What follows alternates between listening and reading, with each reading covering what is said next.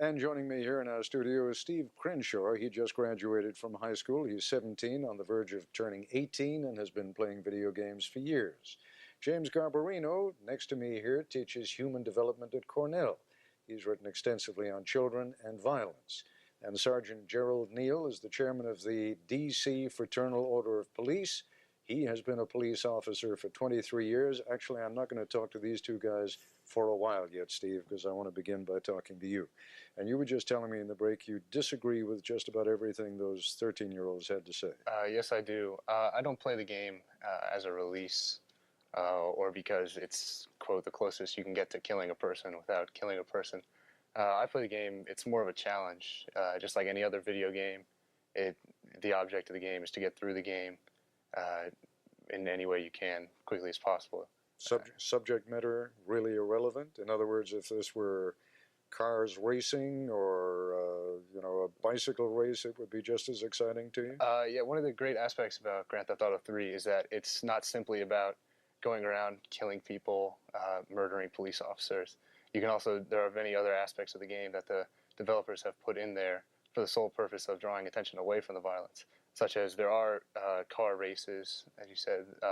You can fly airplanes, you can glide airplanes, you can drive boats, many other things that are not violent and are just as satisfying because of the realistic world they're set in. As you watch those 13-year-olds talking about the game, do you have a slightly queasy feeling that a game like this should not be played by kids quite that young? Definitely. I was actually quite troubled by the 13-year-olds. Most of the people I know who play the game are 17 or 18, and they seem to have a much more realistic grasp on the game, and the line between fantasy and reality is quite clear for them. The 13-year-olds, after watching them play the game, I think their parents should definitely reconsider allowing them to have that game. I do realize that it is quite easy to go out and have an adult buy a game for you, but the parents are supposed to be monitoring what their kids are playing. What I'd like to do now, Steve, and we have picked something that is violent, but we had plenty of choice, right? Yes, we could have picked all kinds of stuff. This is no more, and indeed in some respects a little less violent than some of what you might see in the game. But just watch this. It runs about a minute or so.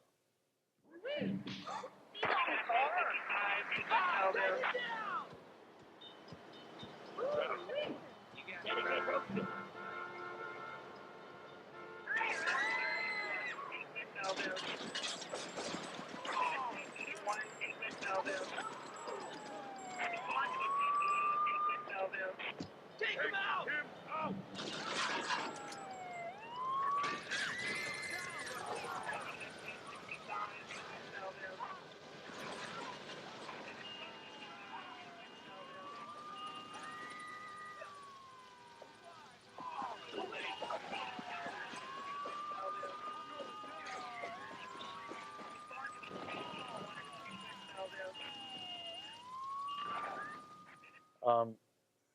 I'm going to use kind of a highfalutin phrase, but tell me what you think is, if anything, the redeeming social value of playing a game like that. It's a game. It's like any other game, Monopoly, a board game. I realize there are violent aspects of it. However, it works on strategic thinking. Believe it or not, you have to figure out ways to accomplish missions. Obviously, sometimes the best way is not the bloodiest way.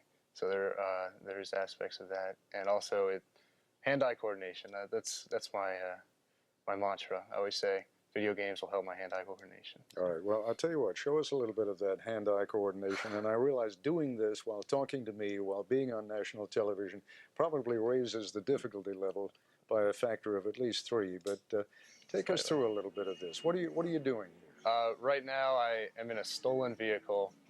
That is the easiest way to acquire vehicles.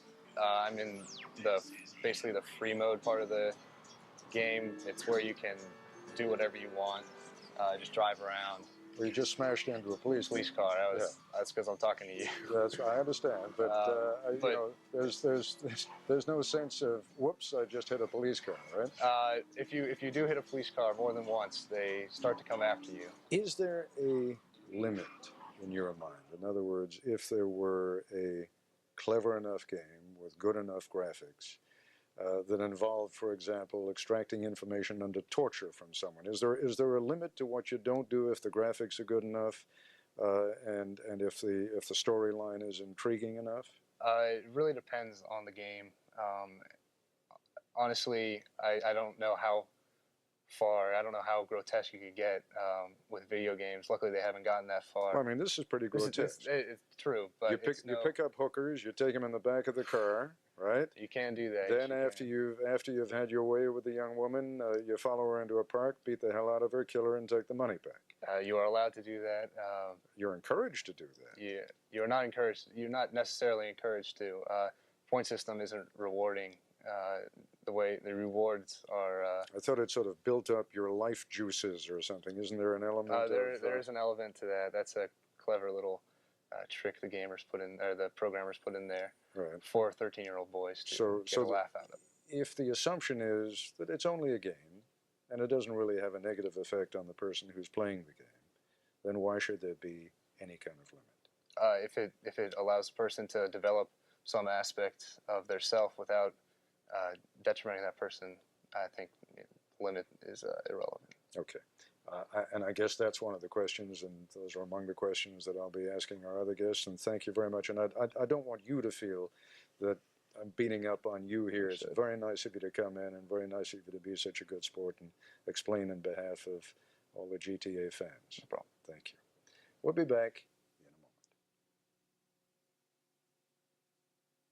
I'm back once again with Steve Crenshaw, James Garbarino, and Sergeant Gigi Neal. Sergeant, as you watch this,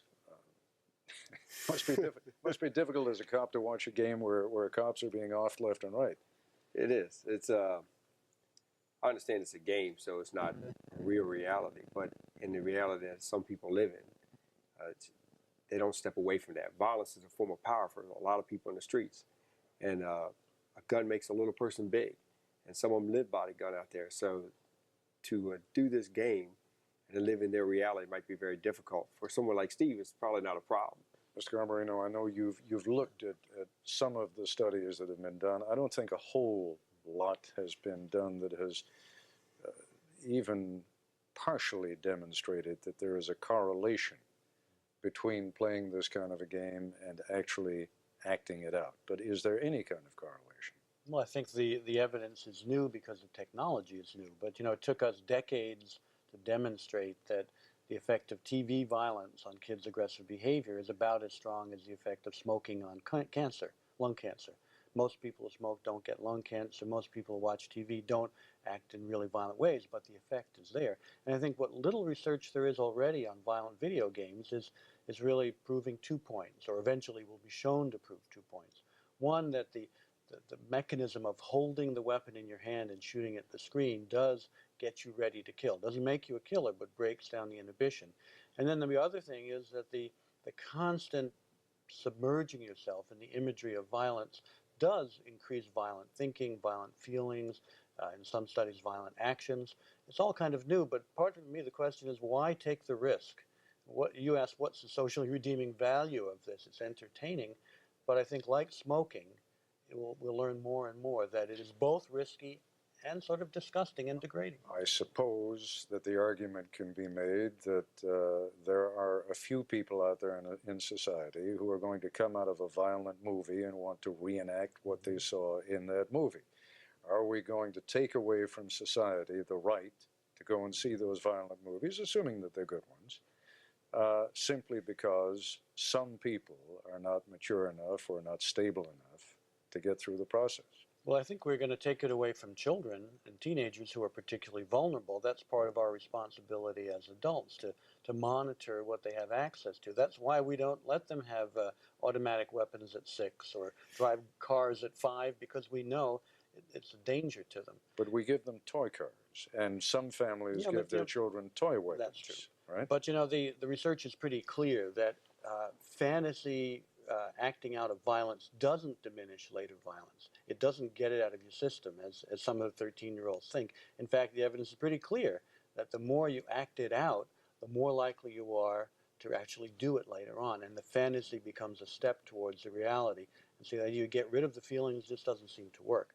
Now, most kids won't go out and kill, certainly, but then, as I say, most people who smoke don't end up with lung cancer. But it's a risk, and why take the risk? Just as a matter of curiosity, Sergeant, you say you've been on the force 23 years? Yes, sir, 23 and a half. Of all the causes out there, poverty, drugs, gang warfare, whatever it may be, and I'm asking you, where would you put a game like this? Oh, this is a game, but it's a violent game.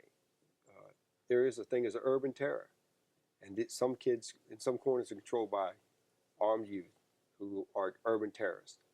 And this game isn't part of that for the average person, but for someone who lives in that neighborhood, his reality is different than Steve's.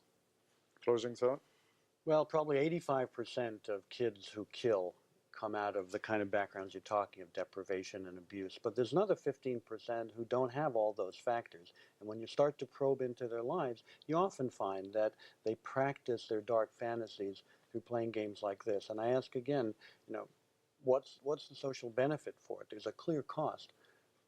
Why accept people make a lot of money out of it and kids get another thing to have some fun with? Why justify that? So to summarize, lots of other things we have to worry about that deserve to be much higher on the list, but still you would insist this is one of them. Yeah, this is on the list. Steve, you got the last word. I think it's unfair to overgeneralize. I can draw the line between fantasy and reality. I understand where this game, it's not a reality at all, and I understand where most games are just that, games, fantasy. So I think I think it's up to the parents to monitor what their children are playing, watching, doing, because they are not as mature and they can't make the same delineations. Terrific. Okay, well, it's a very sensible and mature summation, and I thank you very much for helping us understand this a little better. Sergeant, thank you very much, Mr. Garbarino. When we come back, a word about tonight's Up Close.